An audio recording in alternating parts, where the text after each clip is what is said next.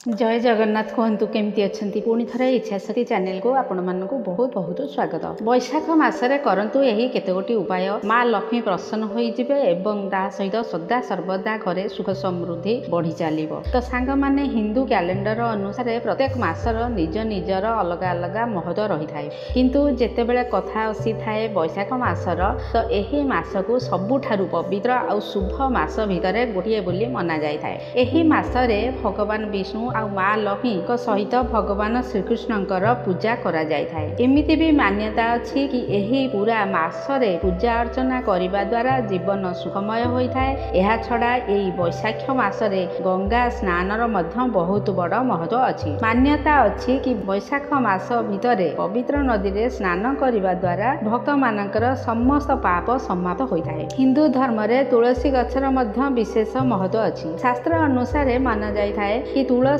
रे माँ लक्ष्मीकर बास होई थाए। एहा सहित मध्य भगवान विष्णुकर तुलसी अति प्रिय अटंती। सेथिपाई जो घरे नीति प्रतिदिन तुलसी पूजा पाउथांती से घर को माँ लक्ष्मीकर असीम कृपा वर्षी थाए। आउरी मध्य से घरे वास्तु दोषर दृष्टि पड़ी न थाए। आउ सुख समृद्धि खुशाली घर भितरे सदा सर्वदा लागी रही थाए। तुलसी गछ संबंध रे केते गुड़िए उपाय विषय रे आपण सुनिथिबे आउ करिथिबे मध्य, किंतु आपण चाहिबे तो एही उपायटी को मध्य करि पारिबे जदि आपणकर इच्छा थिबो।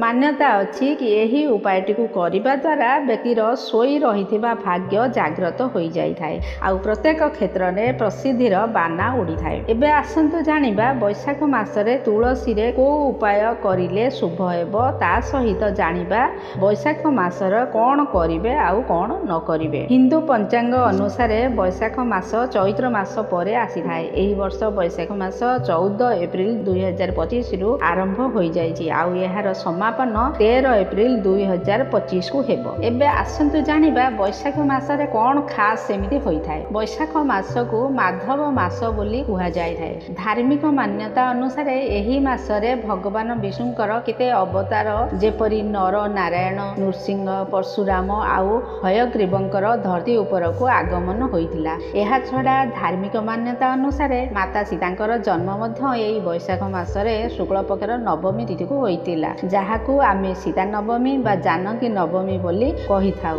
एही बैशाख मास शुभ काम आरंभ करिबा पई बहुत उत्तम होइथाय। दान एवं पूजा पाठ पई मध्य विशेष फलदायी होइथाय। एमिति मध्य मना जाय थाए कि त्रेता युगर आरंभ मध्य एही बैशाख मासरे होइथिला। हिंदू मासरे बैशाख मास को बहुत महत्वपूर्ण मना जाय थाए। एही मासरे श्री विष्णु भगवानकर पूजा आउ गंगा स्नान सहित दान करिबा द्वारा शुभ फल प्राप्ति होई थाए। स्कंध पुराण रे वैष्णव खंड रे ब्रह्मा स्वयं बैशाख मासर महानतार विषय रे कहिचंती। से कहिचंती माधव मास समान को मास नाही, सत्य युगर समान को युग नाही, वेद समान को शास्त्र नाही, गंगा माता समान को तीर्थ नाही, अक्षय पुण्य प्राप्त करिला मास। बैशाख मासरे गरम बहुत तीव्र होई थाए। एही मध्यरे समस्त देवी देवता जल रे निवास करिथांती। कुहा जाए कि एही मासरे को गोटिए भी व्यक्ति को जदि आपण पानी पियाई देबे तो ताहा ब्रह्मा विष्णु एवं शिवं को मध्य प्रसन्न करिवा वाला होइथाए। तांकर कुंडली रे सूर्य बलवान होइथांती आउ सुख समृद्धि धनर अभाव केबे भी घरे लागी रुहे नाही। तीन रे जानिबा बैशाख मासर धार्मिक महत्व। धर्म ग्रंथ अनुसार जेपरि विद्या रे वेद विद्या, मंत्र रे प्रणव, वृक्ष रे कल्प वृक्ष, धेनु मध्य रे कामधेनु, देवता मानक मध्य रे भगवान विष्णु, वर्ण मध्य रे ब्राह्मण, प्रिय वस्तु मध्य रे प्राण, नदी मध्य रे माता गंगा, से भली मास मध्य रे बैशाख मास समान कौनसी मास नाही। बैशाख मासरे एही सब जिनिसर दान। बैशाख मासरे जलपात्र, कपड़ा, जलदान, आंब, सतु, पादुका, पवन देबा पई पंखा, खरारु रक्षा पई छता, अन्न एवं फल दान करिबा बहुत श्रेष्ठ माना जाय थाए। बैशाख मासरे भगवान विष्णुकर विधि पूर्वक पूजा अर्चना करंतु। एहा परे श्रद्धा अनुसार अन्न, धन, वस्त्र आउ जलर दान मध्य करंतु। मान्यता अनुसार बैशाख मासरे एही सब जिनिसर दान करिबा द्वारा व्यक्ति को जीवन रे को भी जिनिसर अभावर सम्मुखीन हेबाकू पड़िबो नाही। आउ धन लाभर जोग मध्य हेइजिबो, ता सहित सुख समृद्धिर मध्य वृद्धि होइजिबो। 5 रे एही भली करंतु महादेव को प्रसन्न। बैशाख मास भगवान भगवान शिव को प्रसन्न करने कृपा पाइबापी शुभ होता है। बैशाख मासर सोमवार दिन स्नान करिबा परे महादेव को विधिपूर्वक रुद्राभिषेक करंतु, क्षीर आउ फल इत्यादि भोग लगातु। यही उपाय को करने द्वारा साधक को महादेवंकर अपार कृपा प्राप्त होता है आउ सबु प्रकार ग्रह दोषरु मुक्ति मिलता है। छरे बैशाख मासरे भूल रे मध्य ए काम गुड़िक करंतु नहीं। बैशाख मासरे भूल करी मध्य तामसिक भोजन करने कथा नुहे। कहा विषय खराब आलोचना खराब चिंता मध्य करंतु नहीं, ना कहार वाद विवाद रे सामिल हुंतु नहीं। पूजा समय रे कला कपड़ा पिंधंतु नहीं। घर को अलिया अपरिष्कार रखंतु नहीं, काहेकि ना देवी देवतांकर बास सफा सुतुरा जगार ही होता है। पूजा समय रे यही मंत्रर जप करंतु, ओं नमो भगवते वासुदेवाय। 7 बैशाख मासरे पड़ुथिबा अक्षय तृतीया दिन सुना किंबा रूपार कौनसी गोटे जिनिस निश्चय किनतु। मान्यता अच्छी यही खास अवसर दिन में सुना कि रूपा किणवा द्वारा बा घर को आनिबा द्वारा सुख और समृद्धि वृद्धि होता है। ता सहित देवी देवता प्रसन्न होती। बैशाख मासरे बहुत गरम होउथिबा जोगु गरीब मानक छता और चपल दान करंतु। पशु पक्षी खाइबा पई किछि दाना एवं पीवा पई किछि जल रखि दियंतु। एही सब उपाय गुड़िक करने द्वारा मनीष जीवन में खुशीर आगमन होता है। यही मासरे कंसा पात्र रे भोजन करिले मनीषर समस्त प्रकार रोग एवं बीमार शेष हो जाए।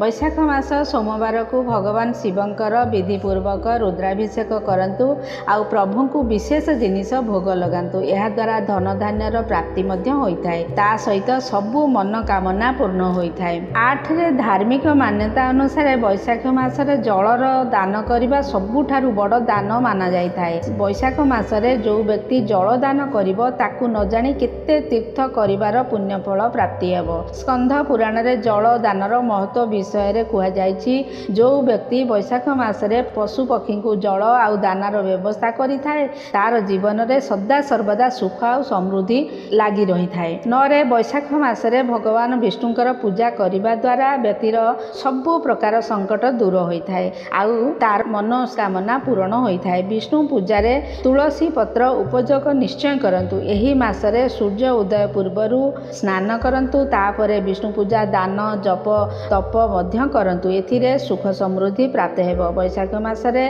तळे भूमि उपरे सोइबा दरकार। बेसी तेल मसला युक्त खाद्य मध्य खाआंतु नाही। दिन रे थरे भोजन करंतु।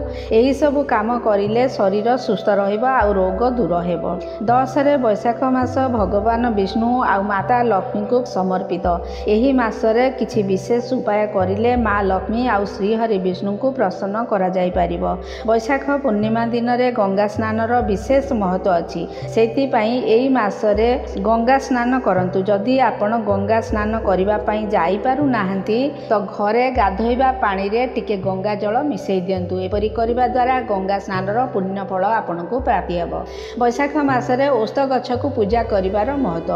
बैशाख मासरे ओस्त गछ को पूजा करिबार बहुत बड़ महत्व अछि। बैशाख मासर शुक्ल पक्षर एकादशी तिथि रे ओस्त गछरे जल अर्पित करिबा बहुत बड़ शुभ मना जाइथाय। सेहिथि पई गोटे पितल ढाल रे पानी रे गंगा जल कंचा क्षीर टिके राशि मिसाई अर्पित करिबा द्वारा भगवान विष्णुकर अपार कृपा प्राप्ति होइथाय। ता सहित पितृ मध्य तृप्त होइथांती। बैशाख पूर्णिमा दिन ओस्त गछ को पूजा करिबा बहुत बड़ शुभ होइथाय। काहेकि ना एही दिन ओस्त गछरे लक्ष्मीकर बास होइथाय। सेहिथि पई एही दिन जल रे कंचा क्षीर मिसेई अर्पित करंतु। एहा द्वारा माँ लक्ष्मी अत्यंत प्रसन्न होइथांती। बैशाख मासरे तुलसी पत्र रे करंतु एही उपाय। स्कंध पुराणर अध्याय 14 रे 41 श्लोक रे बैशाख मासरे तुलसी द्वारा करा जाउथिबा उपायर विषय रे कुहा जायछि। एही उपाय अनुसार तुलसीर 5टी पत्र नेई ओस्त गछर 5 थर परिक्रमा करंतु। एपरि करिले व्यक्ति को वैकुंठ प्राप्ति होइथाय आउ मोक्ष मध्य मिलिथाय। एहा सहित व्यक्ति को सबु प्रकारर कष्टरू धीरे धीरे मुक्ति मिलिथाय आउ धन धान्य रे बढ़ोत्तरी होइथाय। शेषरे भिडियोटी मन देई सुनुथिबा जोगु आपण मानकु बहुत बहुत धन्यवाद। भिडियोटी किपरि लागिला आपण निश्चिंत कमेंट बॉक्स रे लिखिबे आउ चैनल रे जदि नुआ थिबे तेबे चैनल टी को सब्सक्राइब करिया को भूलिबे नाही। तो पुणी कथा हबा नेक्स्ट वीडियो रे। सेते बेल जाए खुशी रुहंतु, व्यस्त रुहंतु आउ सुस्थ रुहंतु। जय जगन्नाथ।